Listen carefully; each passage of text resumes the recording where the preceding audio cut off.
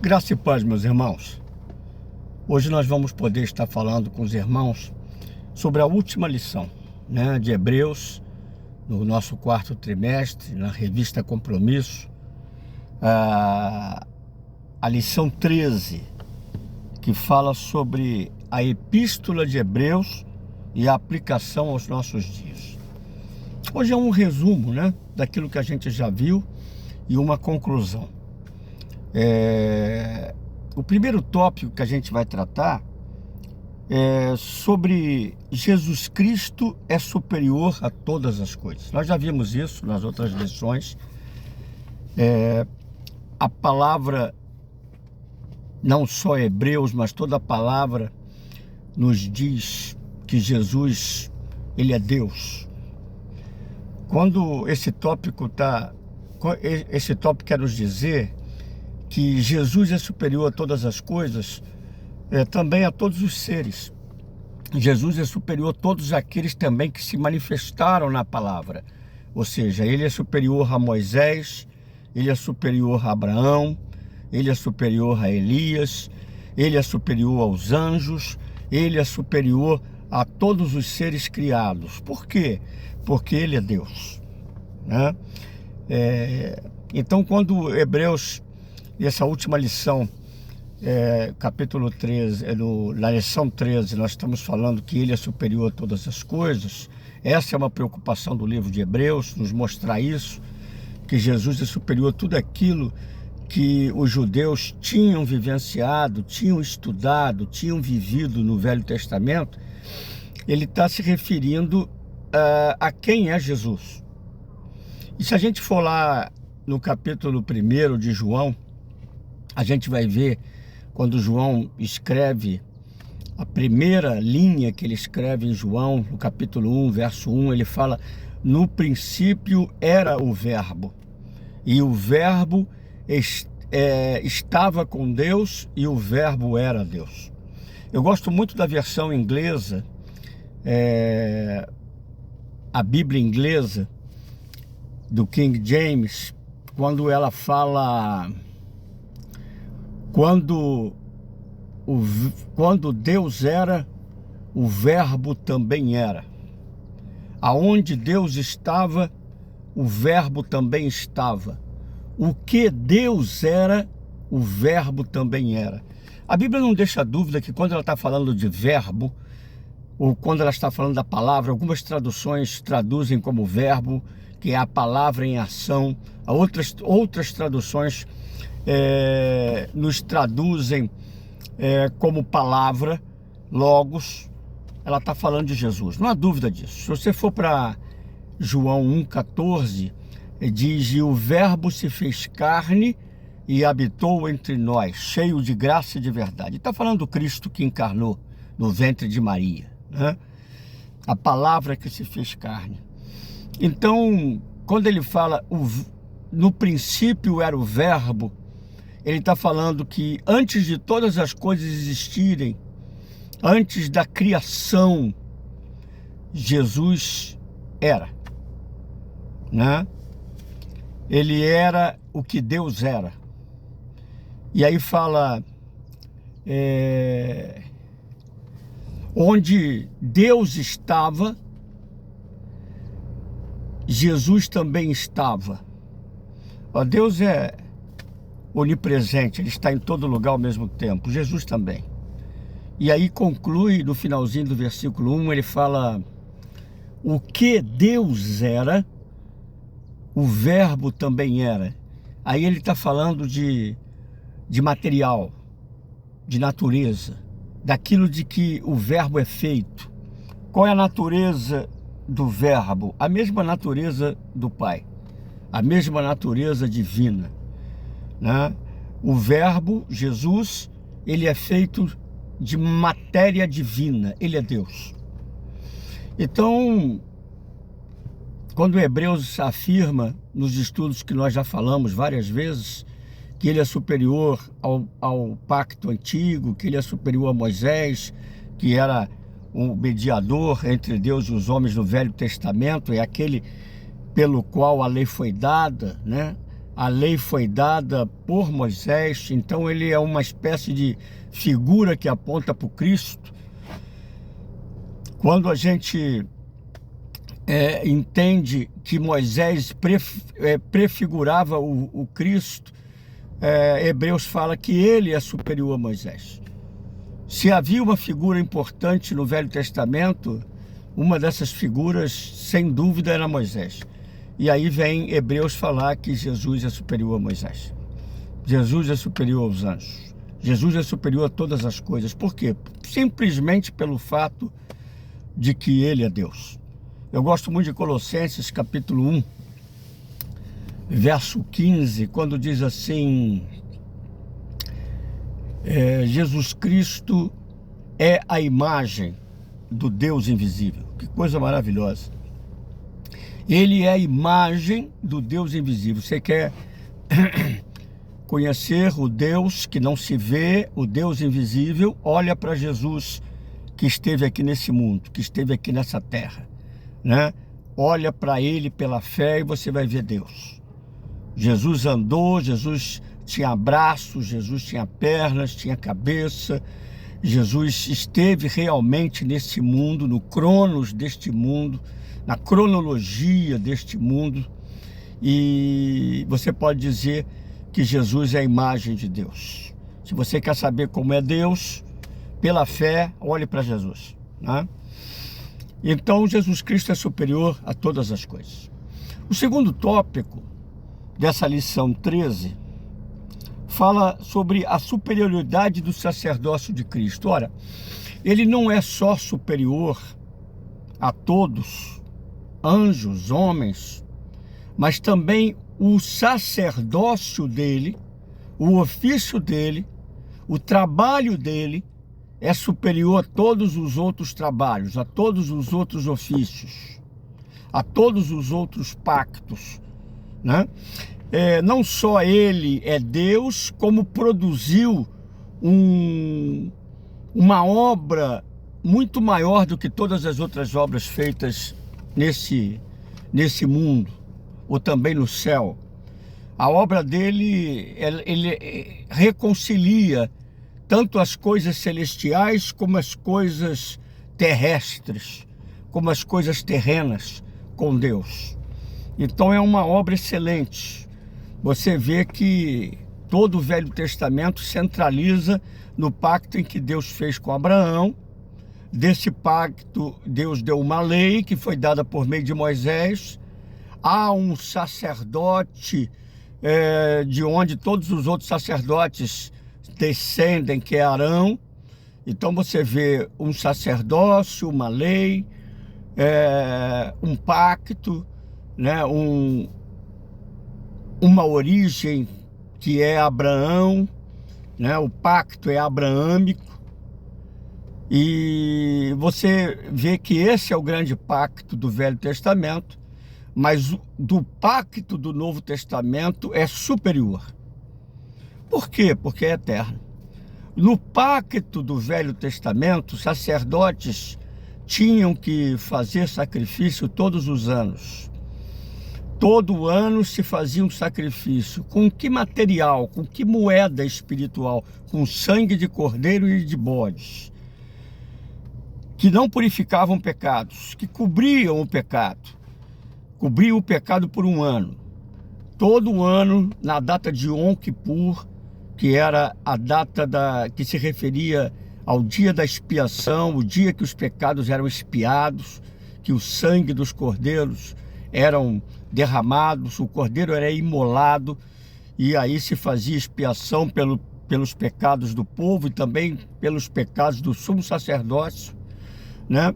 Todo ano se repetia isso, porque esse sangue de bodes e de cordeiro não podiam tirar pecados. Eles apenas cobriam os pecados por um ano, depois por mais um ano, depois por mais um ano, até que o Cristo viesse, né? Não se podia expiar pecados com sangue de touros, de bodes, de cordeiros, de novilhas, não. Era apenas um símbolo que apontava para a verdadeira moeda espiritual que viria. Que moeda é esta? O sangue de Deus, o sangue do Cristo. Então, Não só ele é superior a todas as coisas, mas também o sacrifício dele, o ofício dele, o pacto dele é eterno. A Bíblia fala que com um só sacrifício, ele aperfeiçoou para sempre aqueles que estão sendo santificados. Um só sacrifício. E por que foi um só sacrifício? Porque não precisa de outro, porque o sacrifício foi perfeito. Esse sacrifício foi tão perfeito que Deus ressuscitou ele dentre os mortos. Se o sacrifício não tivesse sido perfeito, Jesus estaria morto. Jesus não teria sido ressuscitado pelo Pai. Jesus não estaria no mais alto lugar de autoridade, de poder, de domínio que existe no universo criado, tanto físico como espiritual. É porque o sacrifício dele foi perfeito, Deus o exaltou soberanamente e lhe deu o nome que é sobre todo nome, como diz Filipenses, capítulo 2, verso 11, 12, 13, né? Para que ao nome de Jesus se dobre todo o joelho dos que estão nos céus e na terra e debaixo da terra, e toda língua confesse que Jesus Cristo é Senhor, para a glória de Deus Pai. Porque o sacrifício dele foi perfeito, porque a obra dele foi excelente. Deus os ressuscitou dentre os mortos, o colocou na mais alta posição de governo do universo, onde ninguém pode ameaçá-lo, ninguém pode impedi-lo, né? E fez um pacto eterno conosco. A Bíblia fala que ele conseguiu eterna redenção. O que significa isso? Que essa libertação feita pelo sangue, essa redenção feita pelo sangue é eterna. Ela não se contamina, ela não se corrompe, ela não acaba, ela não termina, ela não pode ser anulada, não pode ser cancelada, ela é simplesmente eterna porque é perfeita. E a Bíblia diz que, mais do que isso, esse sumo sacerdote, porque vive para sempre, ele está intercedendo por mim e por você, no céu, ao Pai, diante do Pai. Ele intercede por mim e por você. Então, Jesus Cristo é maior do que todas as coisas e ele fez um ofício, fez um pacto perfeito, um sacrifício eterno que produziu resultados eternos e perfeitos para nós. Quer dizer, o sacerdócio dele como sumo sacerdote, como sacerdote que não morre, que intercede por nós para sempre, é perfeito e eterno, e por isso ele intercede por nós para sempre, porque os sumos sacerdotes do antigo pacto morriam e não podiam interceder. Mas ele, com um só sacrifício, ele produziu um sacrifício perfeito, que produziu resultados perfeitos e libertação eterna. É isso. Agora, no terceiro tópico, lá na revista, na lição 13, fala sobre a superioridade da vida em Cristo. Ou seja, com o sacrifício dele, ele não só nos libertou. Isso é a coisa mais importante que nós precisamos entender como cristãos. Porque a cruz é fundamental, a cruz é essencial, a cruz é extremamente necessária, imprescindível. Mas a obra de Cristo, a obra de Deus, não se resume na cruz. A cruz é a base legal, a cruz foi a justiça feita pelo Cristo no nosso lugar, aonde ele tira o pecado, ele tira as consequências do pecado, a morte, a vergonha, o medo, a angústia, a tristeza, o pranto, o choro, o fracasso, a derrota, a mentira, o engano e toda a consequência do pecado, a doença, a enfermidade, a dor, né? E também tira as penalidades que Deus aplicou por causa do pecado, por causa da justiça de Deus, o inferno, o lago de fogo, a condenação da lei, a própria maldição, que é a consequência do pecado, que é a penalidade pelo pecado, a punição pelo pecado. Então, na cruz ele faz essa libertação perfeita, mas se parasse aí, nós não poderíamos ter salvação, porque nós não teríamos uma novidade de vida, não seríamos uma nova criatura, não teríamos a justiça para viver o tipo de vida que Deus quer que vivamos. Ou seja, pela cruz, ele mata o pecador, Deus mata o pecador que é em nós.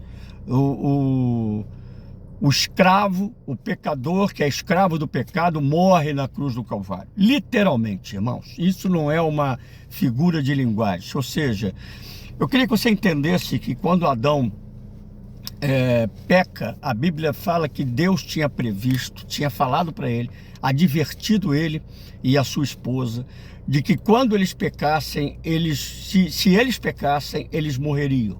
Na mesma hora, no mesmo dia. Né? Essa palavra está lá nos 3 primeiros capítulos de Gênesis, você vai ver isso. E quando ele peca, ele morre. Como? Espiritualmente. O homem justo morre. O Adão perfeito morre. O Adão glorificado morre. Na mesma hora. E ele sente medo, porque quando Deus vai conversar com ele, que era uma coisa que acontecia toda a tarde, e era uma coisa prazerosa, havia comunhão entre Deus e Adão, mas quando Deus o procura naquele dia que ele tinha pecado, ele se esconde com medo, e quando ele percebe que está nu, ele sente vergonha e cose uma roupa de plantas. Por quê? Porque o Adão morreu. O justo morreu. E na mesma hora nasceu o pecador. Mas quando você crê em Cristo, as coisas agora são contrárias. Ou seja, quando você crê em Cristo, o pecador morre na mesma hora. E o justo nasce. Então, pela cruz, Deus libertou você do pecador. O pecador morreu. Quando você creu no Cristo, por causa da obra da cruz, pelo sangue derramado, o pecador foi tirado de você. O pecador morreu. E a Bíblia fala de uma maneira, para que você entenda, maneira clara, ela fala que ele morreu e foi sepultado, foi enterrado. Para que você saiba que essa questão, essa situação é uma situação definitiva. Ele morreu e foi enterrado. Ele não vai voltar. Ele morreu. E agora você nasceu de novo. Então,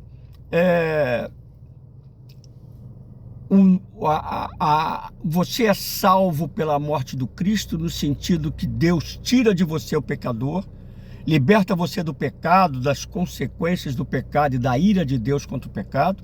E agora, pela ressurreição do Cristo, ele cria uma nova criatura. Você é uma nova pessoa, um novo ser. A Bíblia fala, se alguém está em Cristo, nova criatura é. Então, o que faz você ser uma criatura, uma nova criatura, um novo ser? Que você entrou em Cristo. Efésios capítulo 2, verso 10 diz, nós somos feitura de Deus, criados em Jesus Cristo. Olha só, quando você foi criado pela fé em Jesus, você nasceu de novo, você foi criado de Deus, você foi criado em Jesus. A matéria-prima que Deus usou para criar você no teu espírito foi Jesus Cristo. Você é um novo espírito, porque o espírito velho morreu, porque a natureza velha morreu, e você agora foi criado em Jesus Cristo. É isso. Então a cruz mata o homem velho. E a ressurreição do Cristo ressuscita o novo homem. Como Cristo foi ressuscitado dentre os mortos, você também foi ressuscitado. Isso está lá em Efésios capítulo 2, verso 4, 5 e 6. Né? Como Cristo ganhou uma nova vida, foi vivificado com a vida divina, com a vida zoe, do grego, a vida superior, você também foi vivificado com a mesma vida do Cristo. Você tem a vida espiritual, você tem a vida biológica, que é a bios, você tem a vida da alma, que é a psique, e você tem a vida espiritual, que é a zoe. Somente cristãos têm vida espiritual. vida no espírito. Quando o meu corpo parar de funcionar, esse corpo de pecado, que não é o corpo glorificado que eu vou receber, é um corpo ainda de pecado. Quando ele parar de funcionar aqui neste planeta, o meu espírito e a minha alma vão subir para Deus. Por quê? Porque o meu espírito tem a vida Zoe. Então todo cristão tem bios, todo cristão tem psique, que é a vida da alma, e todo cristão tem Zoe. O homem comum, o homem natural, que não é nascido de Deus, não tem Zoe. Ele tem a bios, a vida biológica do corpo, ele tem a psique, a vida da alma, a vida anímica, mas ele não tem Zoe, ele não tem vida espiritual. E o que faz com que todas as coisas sejam vivificadas é o teu espírito. Jesus fala, o espírito é o que vivifica, a carne para nada aproveita. O teu espírito que tem vida, a vida da ressurreição do Cristo, ele que vivifica a tua alma, o teu corpo e tudo em redor de você. Então, meu irmão, quando a Bíblia fala, a lição 13 fala sobre a superioridade da vida de Cristo, ele não está falando da cruz. Na cruz, o homem pecador morreu. Você é uma nova criatura. Por quê? Porque você está em Cristo. Quando você entrou em Cristo, quando você creu nele, no momento em que você nasceu de novo, você entrou em Cristo. E agora você está em Cristo. A Bíblia fala mais de 220 vezes que você está em Cristo. Lá em 1 João, capítulo 5, verso 20, a Bíblia fala, e nós estamos naquele que é verdadeiro. Esse é o verdadeiro Deus e a vida eterna. Está falando de Jesus. Agora nós estamos naquele que é verdadeiro, o Filho de Deus. Esse é o verdadeiro Deus e a vida eterna. Então, quando Jesus ressuscitou, nós que cremos no Cristo, ressuscitamos com Ele e ganhamos uma nova vida. Não somos pecadores, escravos do pecado. Nós somos justos, nós somos santos. Efésios capítulo 4, verso 24 diz que nós fomos criados em verdadeira justiça e santidade. Essa é a superioridade da vida de Cristo, da vida em Cristo. Ou seja, todo cristão está em Cristo. E se ele está em Cristo, ele não é escravo da morte, não é escravo do pecado, não é escravo das trevas, não é escravo do diabo, ele não é escravo da maldição, ele está em Cristo. A realidade de Cristo é a realidade do cristão. É isso que nós temos que professar, é isso que nós temos que falar, é isso que nós temos que confessar com a nossa boca, porque essa é a verdade espiritual, essa é a realidade espiritual. Nós estamos em Jesus. E nós temos uma vida superior, porque nós estamos em Cristo. Então nós não estamos mais nos nossos pecados.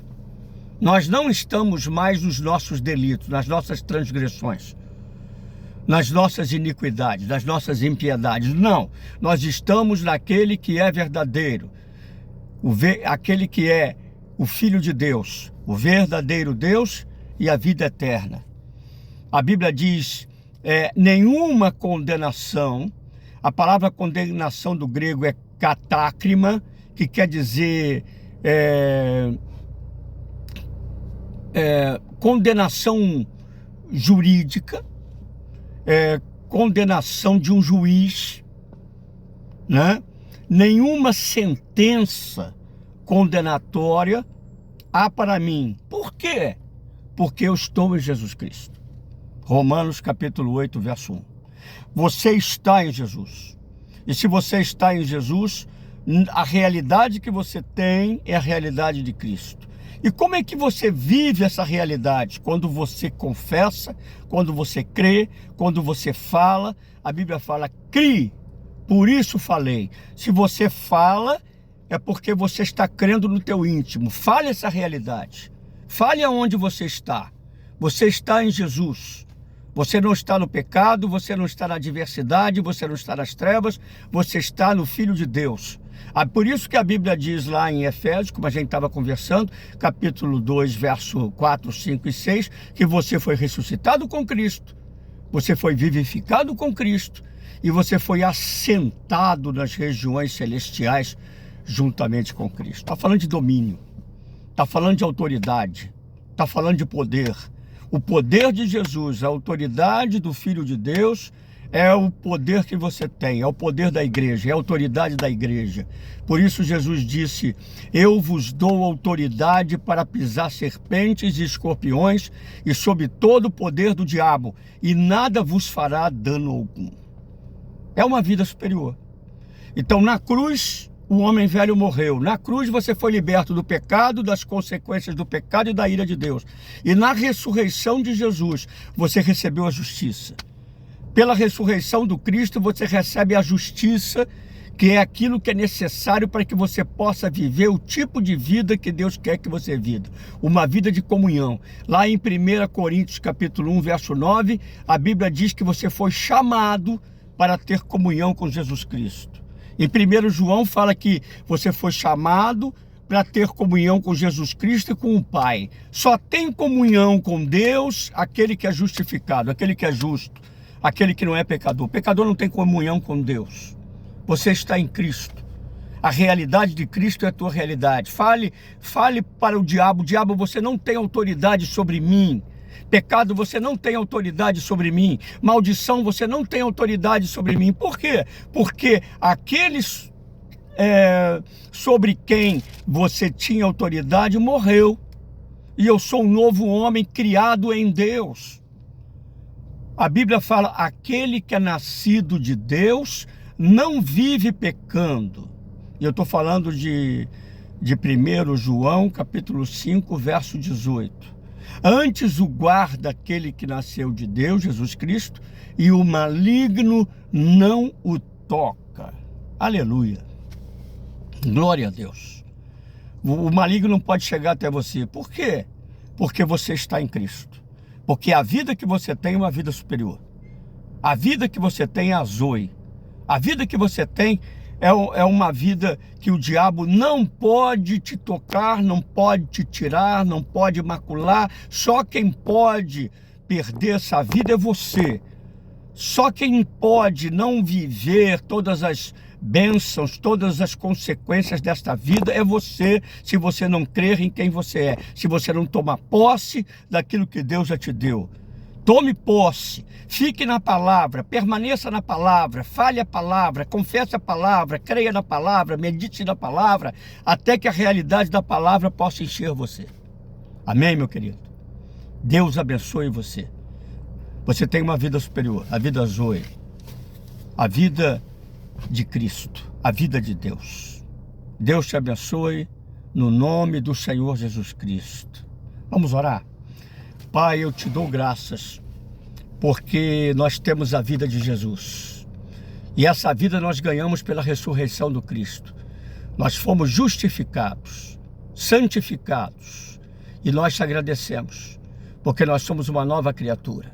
Nada temos a ver com a criatura que morreu, o pecador. Mas nós somos uma criatura nova feita de Jesus Cristo, criados em Jesus Cristo. E nós te agradecemos.